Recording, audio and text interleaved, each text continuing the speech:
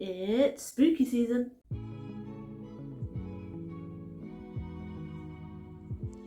Hi everyone, it's Tash and welcome to another recipe video. And today we're making a burnt Basque pumpkin spice cheesecake. You may already know if you are already a Basque cheesecake fan, but the original Basque cheesecake came from San Sebastian in Spain, apparently around the 1990s. And it's called burnt because of the very deep brown colour the top of the cheesecake goes, and because you use quite a hot oven to bake the cheesecake in. And aside from the darkened top, it is most famous for a lusciously creamy centre. I love cheesecake, period, but I think burnt Basque cheesecake may be just about my favourite type, because not only is it luxuriously delicious, but it's so easy to make. You don't even have to bother with a biscuit base. You just have the cheesecake mixture, bung it in a tin. Lining it is even easy. It's just one big piece of paper in the tin done. Bake it, cool it, eat it. That's it, super easy cheesecake. The only thing I would watch out for is the temperature of your oven, because every oven is slightly different. So obviously if you want a really soft, almost lava-like cheesecake, you're going to have to bake it for a little bit less time. If you want it really solid set, then a little bit more time. And it may literally only take 5 minutes fewer or more to make that difference. For me, to make a medium set but still very creamy soft cheesecake, I bake mine for 15 minutes at 200 degrees C. If you want a more lava-like texture, then you would underbake it for about 5 to 8 minutes, probably not as much as 10 because you don't want it totally liquid. And if you want it quite firm, then maybe bake it for 55 minutes to an hour, but maybe just under an hour. You don't want to actually burn the cheesecake. But like I said, every oven is slightly different, so what you need to look out for is the jiggle. And that's when after you bake it, you take it out of the oven, give it a bit of a jiggle and see how wobbly it is. The wobblier it is, the less set it is, and the less wobblier it is, then the more set it is. So for mine, we're looking about medium wobble. But I would suggest not baking it until there is no wobble, because then you'll have a very dry cheesecake. Just be aware that you do need a little bit of a jiggle, as do we all. Anyway, I promise, apart from oven timings, this is super simple, so let's go to the kitchen and see how it's done. Let's get this party started, and to get this party started we're going to preheat the oven to 200 degrees C.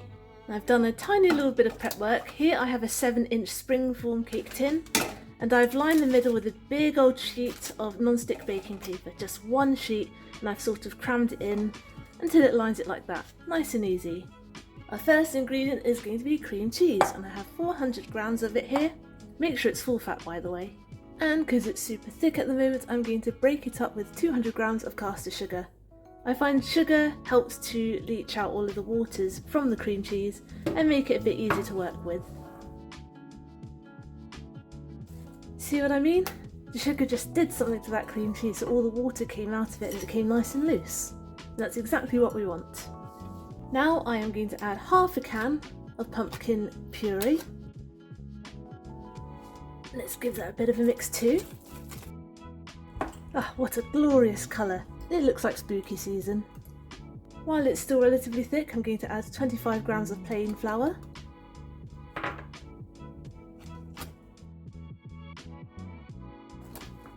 Okay, of course this wouldn't be a pumpkin spice Basque cheesecake without the spices, so I have 1 teaspoonful of cinnamon, half a teaspoonful of nutmeg, half a teaspoonful of ground ginger, and a 1/4 teaspoonful, get rid of that lump, of ground cloves. You don't need any more ground cloves because it's like a natural anaesthetic and it will make your mouth go numb. So just a little bit, just for that edge. Give it a good mix in too. Wow, that smells phenomenal already. Now we're going to add 4 eggs.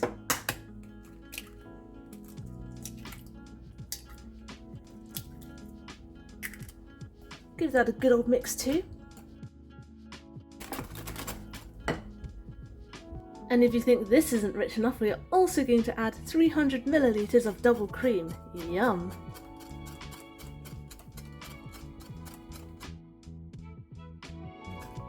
Nice.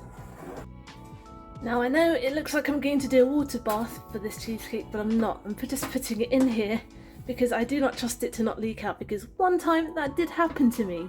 And ever since then I lost my trust in springform pans, but it should be fine. This is just for extra insurance. And I'm just going to pour my cheesecake mixture straight in there. Oh, sensational.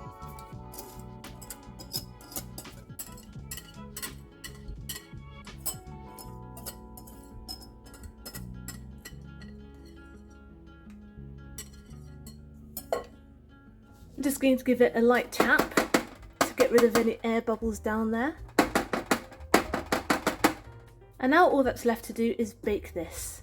And I'm going to bake it for 50 minutes. But if you want yours a bit more set, then continue for another 10 minutes. Use your judgment on this one. Phew, so our cheesecake has been in for 50 minutes. And here's the jiggle. Perfect. A little bit of a jiggle. Okay, I'll leave it alone now. Now we need to let it cool completely and then pop it in the fridge overnight to chill and to set. So nighty night, see you tomorrow. Good morning to our cheesecake. This is nice and cold now, so I'm just going to, where is it? Release the springform bit. And then what we can do is we can literally just lift it out because we handily lined it with the baking paper. I'm going to pop it straight on a plate. Easy. And you can see how cleanly that came out. Still gonna wash it though, of course. Now I'm going to undress her a little bit. Oh, excuse me, ma'am.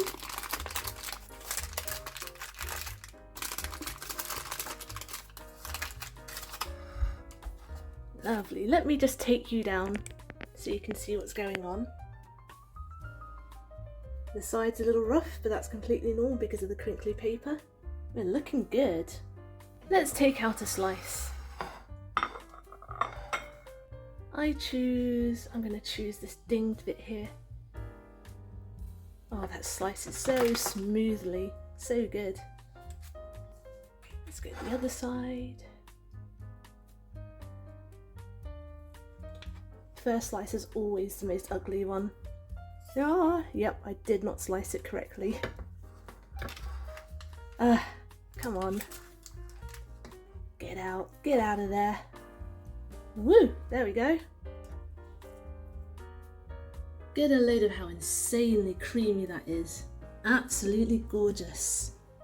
I've just sat down and I swear with each passing video I look more and more like the Nutty Professor. This looks absolutely gorgeous. Oh, I haven't done the slow-mo. Be right back. You might see this filmed in a slightly weird order.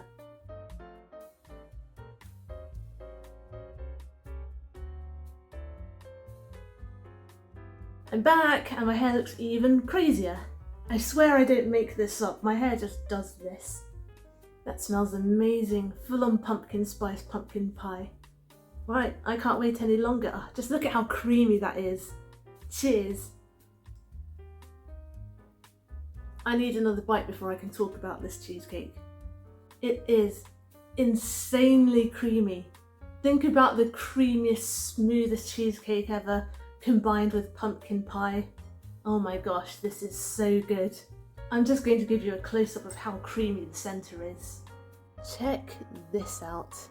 Oh my goodness, almost like a mousse. I literally just want to stop filming right now because I want to get on with eating this delicious cheesecake. In fact, I'm going to do just that because I can't wait any longer. The smell is driving me crazy. And also I feel like I need to put my hair away soon before it gets up to any mischief. Thanks for watching. I hope you enjoyed today's video and I hope you'll join me next Wednesday for my next one. Get the full written recipe on my blog tashcakes.com and find me on Instagram. I'm tashcakes.tastes. Subscribe and hit the notification bell if you'd like to see more. Give this video a like if you'd like to help other people find it. Comment down below if you'd like me to make anything in particular, and I'll see you guys next time. Be good, be nice, and have a good week.